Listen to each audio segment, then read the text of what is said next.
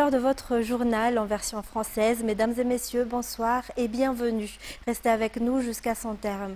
Commençons tout de suite par les faits divers. Une femme suspectée d'avoir contraint des dizaines d'enfants à des actes sexuels a été arrêtée et fait actuellement l'objet d'une enquête dans le Fuktan d'Arant à Mahajang. Selon les premiers éléments de l'enquête, elle aurait filmé ses enfants pendant les actes sexuels et vendu les vidéos à des ressortissants étrangers. Des enfants âgés de 2 à 10 ans seraient notamment concernés dans cette affaire. Reportage. Les parents avaient remarqué un changement dans le comportement de leur enfant ces derniers temps. Dans le Fuktan d'Arant à Mahajang, certains enfants avaient de l'argent sur eux sans que l'on sache d'où il provenait. Les interrogations ont alors commencé. Après avoir questionné les enfants, il est apparu qu'une femme leur donnait entre 3 000 et 10 000 arrières. En échange, cette personne leur aurait demandé de se livrer à des actes sexuels qu'elle filmait avant de vendre les vidéos à des ressortissants étrangers via les réseaux sociaux. Des enfants âgés de 2 à 15 ans seraient concernés par cette affaire. Avant de les faire entrer à son domicile, cette femme leur aurait également proposé différents types de jouets pour les attirer. 16 parents ont déjà déposé plainte dans cette affaire. La femme, ainsi que sa fille, sont actuellement entre les mains de la police chargée de la protection des mineurs et de la lutte contre les infractions à caractère sexuel. Et des centaines de familles vivent dans une profonde inquiétude à Mbalamanas, Tuamasna 2 et sont descendues dans la rue. Selon les informations, une cinquantaine de personnes revendiqueraient la propriété des terrains occupés et mis en valeur par les habitants depuis plusieurs années. Ces derniers craignent également d'éventuelles démolitions de maisons comme celle survenue à Tanandav dans le cadre d'un conflit foncier similaire. Reportage. D'Mbalamanas, Caro 1 jusqu'à Caro 8 à Tuamasna 2, les terrains seraient revendiqués par une cinquantaine de personnes. La superficie exacte n'est pas clairement connue, mais selon les habitants, il s'agit d'une vaste étendue de terrain. Toujours selon leurs déclarations, ils craignent que leur maison soit démolie, ce qui pourrait laisser des milliers de personnes sans abri. Ces habitants ont commencé à s'installer et à construire leurs maisons sur ces terrains en 1995. Ils affirment avoir effectué les différentes démarches administratives liées à la propriété foncière et avoir respecté les procédures légales pour leur construction. Ce n'est toutefois qu'à partir de 2022 que des personnes se présentant comme les propriétaires des terrains ont progressivement fait leur apparition.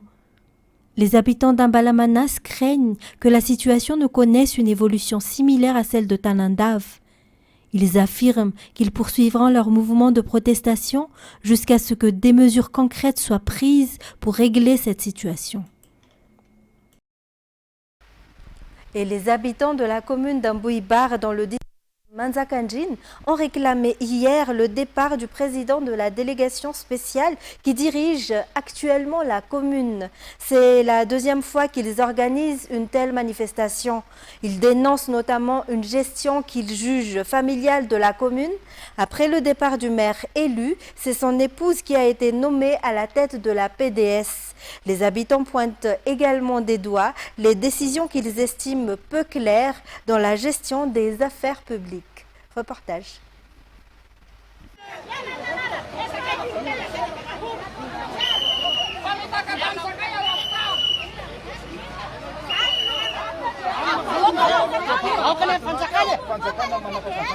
Des chants, des pancartes et des revendications réclamant le départ du PDS ont rompu le calme de la commune rurale d'Ambouibar dans le district de Manzakanjin.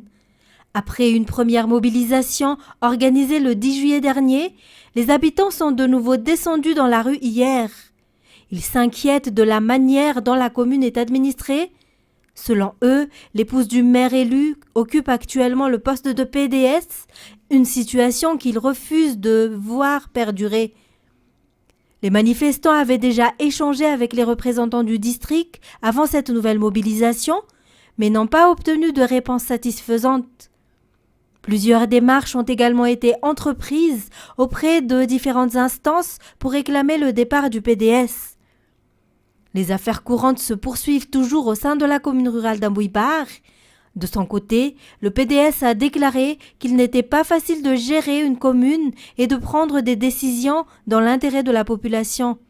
La suite de cette affaire reste attendue. Une jeune femme de 16 ans a été placée en détention provisoire après avoir été soupçonnée d'avoir tué son mari âgé de 21 ans. Des accusations que la famille de la jeune femme affirme aujourd'hui être infondées. Selon ses proches, le jeune homme serait décédé après s'être suicidé, après avoir déjà tenté de mettre fin à ses jours à 3 reprises auparavant. Des disputes conjugales seraient également à l'origine des problèmes au sein de leur couple. Les détails. Le 4 août dernier, un homme de 21 ans a été retrouvé mort à son domicile. À ce moment-là, il avait été rapporté qu'une dispute avait éclaté au sein du couple et que l'homme serait décédé après avoir été frappé par son épouse, âgée de 16 ans, à l'aide d'un objet lourd. Une version démentie aujourd'hui par la famille de la jeune femme qui affirme que le jeune homme s'est suicidé. La famille a également démenti les informations selon lesquelles l'épouse de 16 ans aurait pris la fuite après le décès de son mari. Des divergences subsistent par ailleurs concernant les témoignages recueillis auprès de la famille du jeune homme. Les parents appellent ainsi à un examen approfondi de l'affaire, ainsi qu'à davantage de transparence et d'impartialité dans l'enquête. L'affaire ayant entraîné le décès de cet homme de 21 ans et le placement en détention provisoire de son épouse devrait être présentée devant la justice dans environ 2 mois. Fin de la première partie de cette édition. Nous allons à présent suivre une courte pause.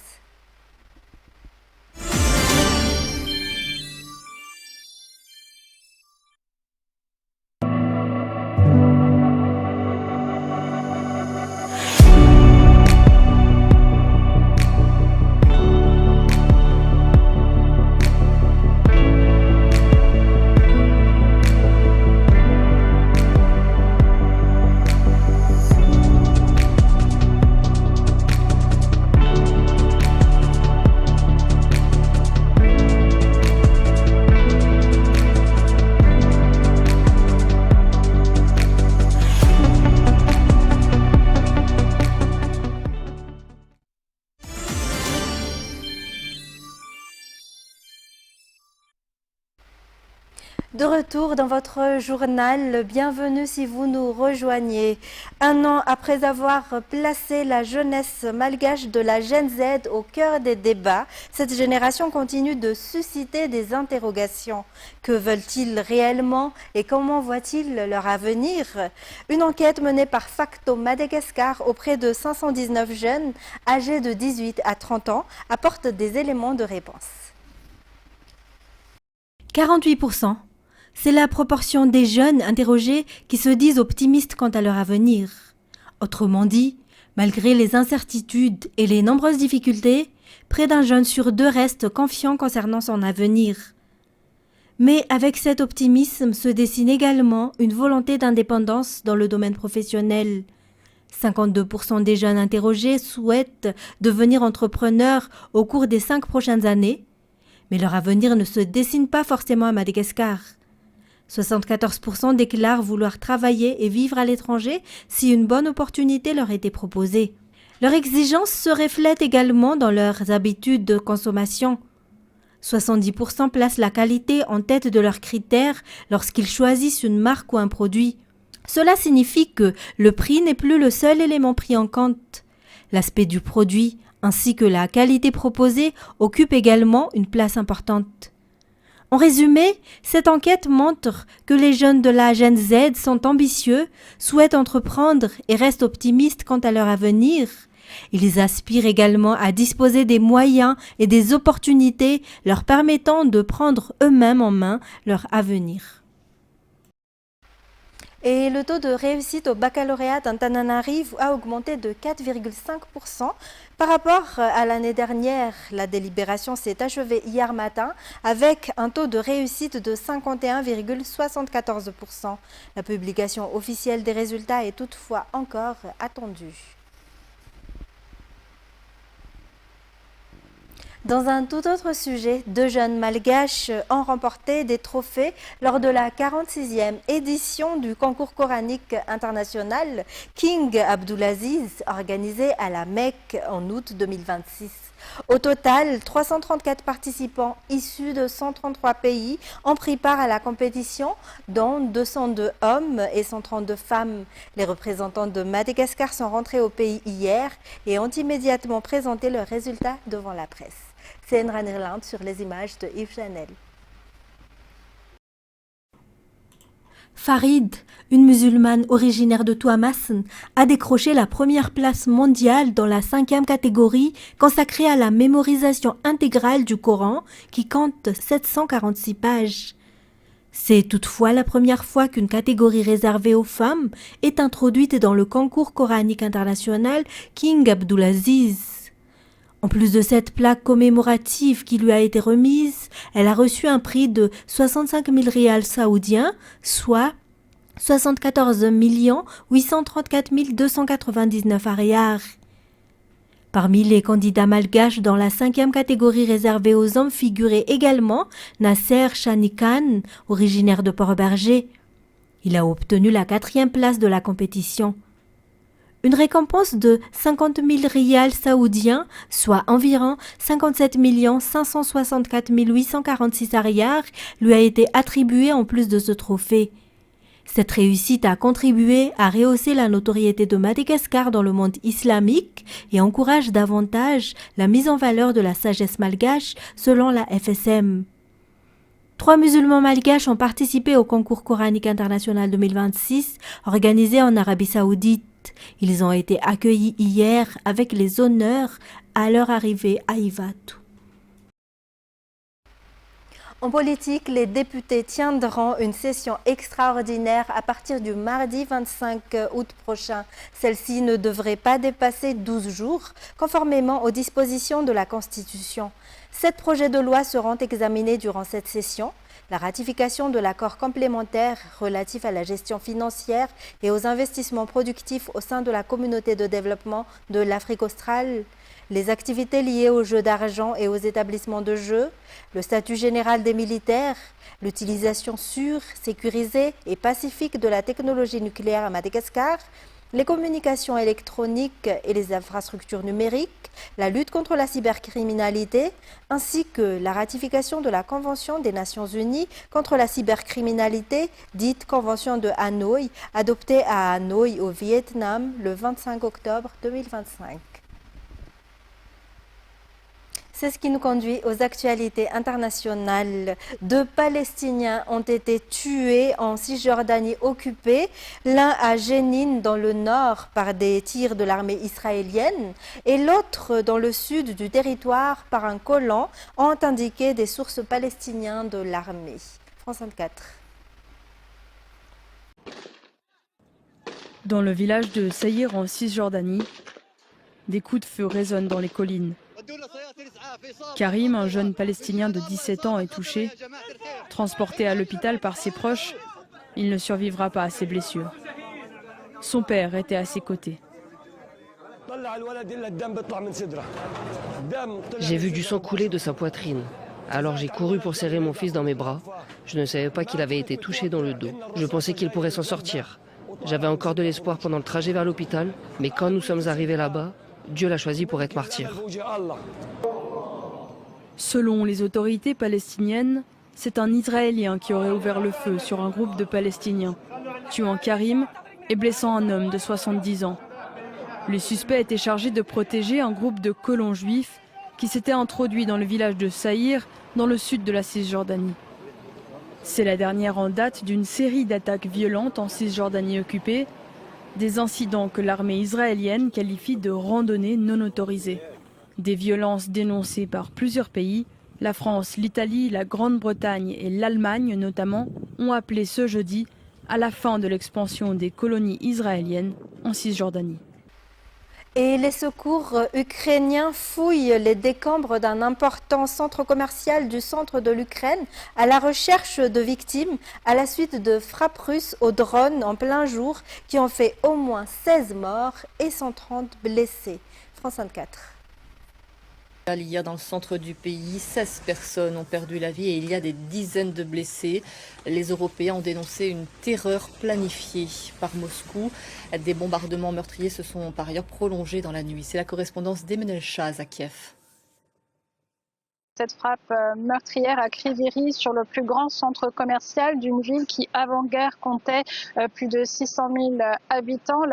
Les frappes plutôt, se sont déroulées en plein milieu d'après-midi. 2 drones se sont écrasés à 30 minutes d'intervalle sur cette infrastructure civile. Donc, encore une fois, on voit à l'œuvre la stratégie de double frappe de la part de la Russie. Ça consiste à lancer un premier drone, à attendre que les secours arrivent sur place et à en envoyer un deuxième afin de causer un maximum de dégâts parmi les victimes et aussi parmi les secouristes. Alors 16 morts, plus de 130 blessés parmi lesquels des enfants et encore 9 personnes portées disparues. C'est l'une des frappes les plus meurtrières de cet été. Ici, dans la capitale, au cours de la nuit, il y a également eu des explosions.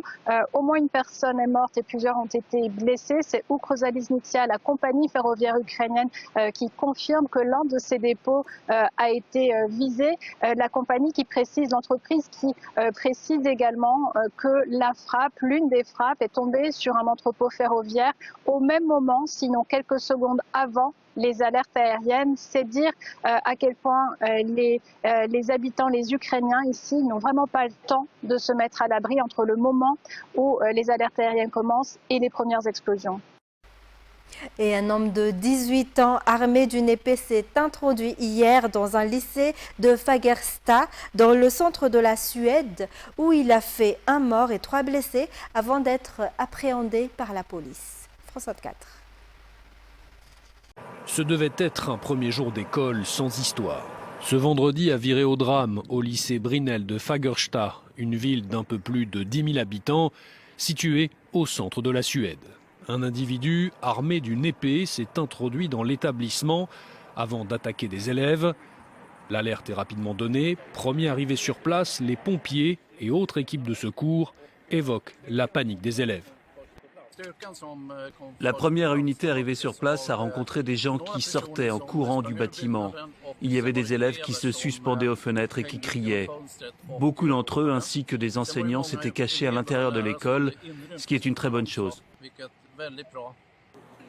Le quartier est bouclé par les forces de l'ordre. Les policiers arrivés sur place trouvent 2 garçons de 12 et 17 ans grièvement blessés et une autre personne décédée. L'auteur de l'attaque, interpellé, aurait posté des images sur les réseaux sociaux de lui vêtu d'une cape, d'un casque et de l'épée utilisée. Ses motivations restent pour l'heure inconnues.